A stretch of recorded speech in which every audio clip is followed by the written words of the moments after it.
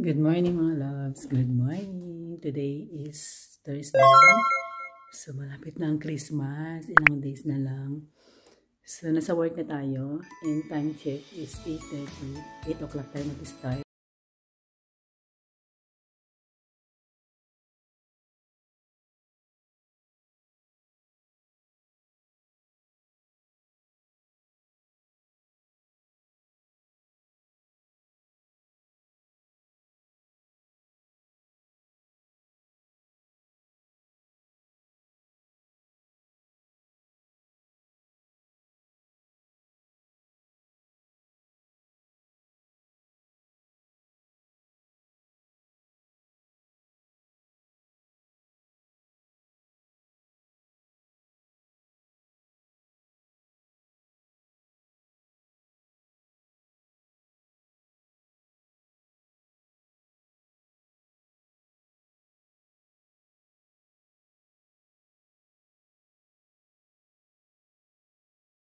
Crisis ngayon.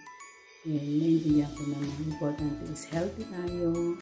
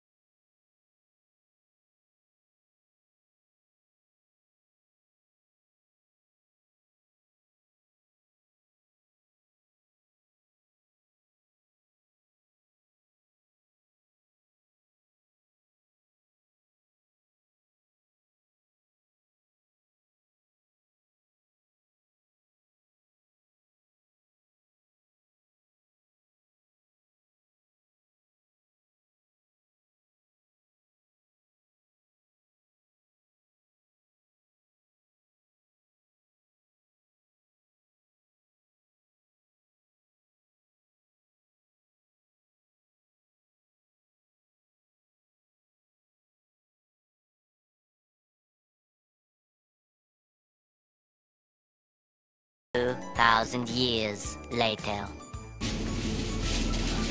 Hello mga loves. Nasa Albertine na tayo. Kailangan natin bumili ng salad. Tingin tayo. What is that? Wait mga love. Ano tayo sa Albertine? Yan.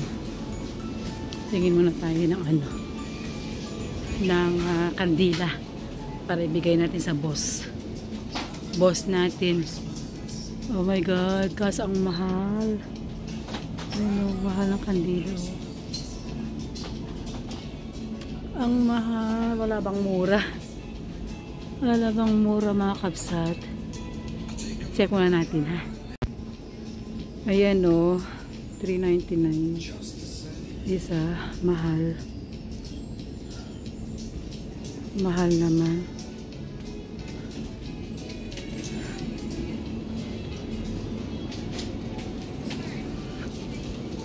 Tingin tayo ng salad. Ayan.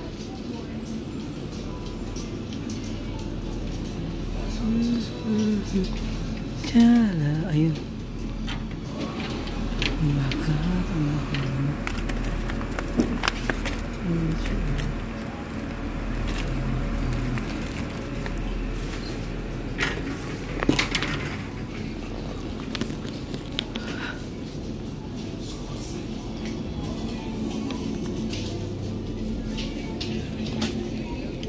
Meron tayo dito.